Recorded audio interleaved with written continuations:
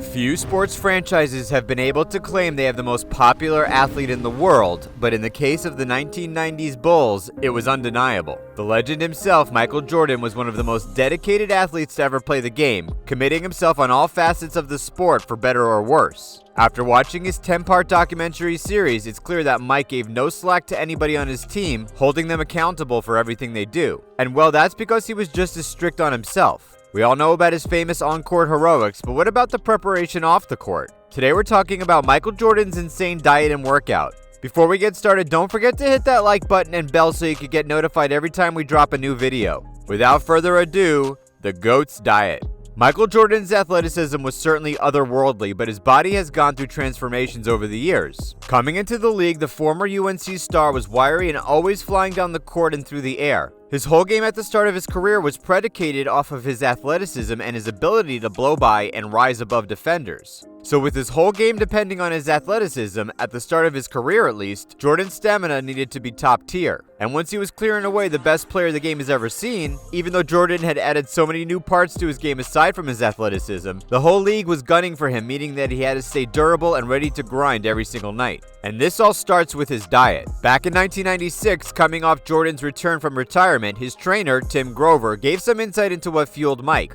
Apparently, Jordan was never that big of an eater anyway. With his eyes solely set on basketball, Jordan had the foresight to know that any junk food that was introduced into his life was just a hindrance to his game. So from the jump, Jordan was what Grover called a model client who eats only when he's hungry and only until he feels comfortable rather than full. And as the season progressed, Jordan would only get stricter on his diet, making sure he had enough to keep himself going, but not too big to bog himself down. Because of his diligence and work ethic, Grover said he hardly had to keep an eye on Jordan compared to the rest of his clients because he was already going above and beyond. In fact, Grover said that his worry with Jordan during the offseason wasn't that he was going to eat too much junk food, but that he wasn't going to be eating enough food at all. So from there, Grover and Jordan broke down his diet into a science to help use his caloric intake in a highly specified manner. So as we see a lot now today, Grover had Jordan eating more frequent, smaller portion meals throughout the day in order to regulate his blood sugar, because a typical day for Jordan consists of him working out in some capacity for the entire day. The largest meal of the day came in the morning for Michael, and even that wasn't that big.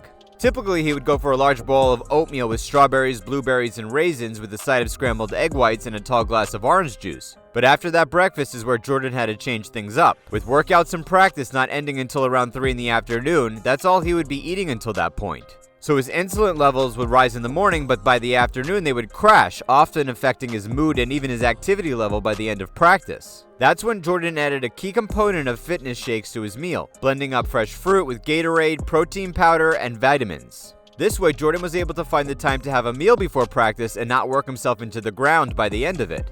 Then on the days when Mike had time to eat an early afternoon lunch, he would start by packing on proteins, typically eating something like a grilled chicken sandwich or even a burger made from a lean cut of beef, or sometimes even pasta with baked potato to ensure he had enough carbohydrates to keep his energy up.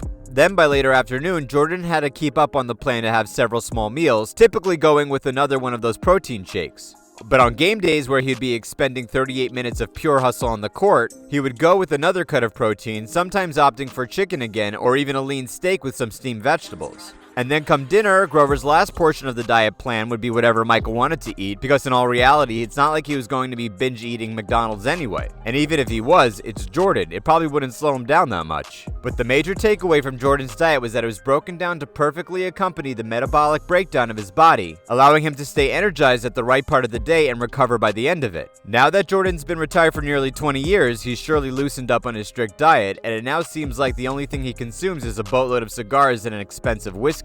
While Jordan put a lot of work into his diet, his workout routine developed by trainer Tim Grover is partly why he was able to turn the tide in the 90s, winning those 6 championships after getting bounced from the playoffs each year a decade prior. Like we talked about earlier, coming into the league, Jordan was already a high flyer and was generally quicker than most guards, but he was a string bean, hovering around 200 pounds. So by the late 80s, Jordan was already a killer, skilled enough to drop a 50-piece on you in the drop of a hat. But come playoff time, when he had to go back-to-back against the likes of the Celtics and the bad boy Pistons, he was getting bashed around in the paint, as demonstrated by the Jordan rules developed by that legendary Pistons team. The rules had several different parts to them, but perhaps the most important was to force Jordan into the middle, meet him with several defenders, and if he finds himself in the paint, hit him and hit him hard. That tough-nosed style of defense was hated by Jordan fans, but it was effective as the skinny Jordan would become exhausted by the end of the game from being batted around the paint like a volleyball. So after 3 consecutive series losses to the Detroit Pistons, MJ knew it was time to transform his body and beef up. So with Grover aiding him, Jordan got right to the good old-fashioned 90s workouts. He started increasing his weight and reps with bicep curls, deadlifts, good mornings, dumbbell step-ups, and presses and bench presses. According to Grover, the reason he and Jordan kept these basic weightlifting exercises instead of getting into anything highly specific is because he needed to build a foundation of strength first so that he could be strong enough to stay durable altogether. Jordan didn't want anything but the proven workouts either, telling Grover he didn't want any gimmicks out of him, just the stuff that was going to directly affect his game. But as he started to build his foundation, he and Grover were able to get into the nitty-gritty and begin working out all the things that gives him another edge. His arms and chest were visibly bigger, but a lot of Grover and Jordan's focus was on his core. A lot of these core workouts came in the form of medicine ball sit-ups, planks, and physio ball push-ups. Jordan also spent equal amounts of time testing his agility, doing balancing exercises like split jumps and inverted bear crawls, which both made him more agile and helped test his balance. Interesting enough though, Jordan was apprehensive to the idea of this kind of weightlifting at first. He thought the added muscle could screw up his mechanics he had worked so hard to build, so he vowed to try the deadlifts and bench presses for 30 days. Well, it turns out the workouts didn't screw up anything because 30 days turned into 15 years of this. It wasn't just enough that he was dedicated to these workouts for 15 years, but Jordan got up at the crack of dawn to start his day with them. And this is how the Breakfast Club came to be.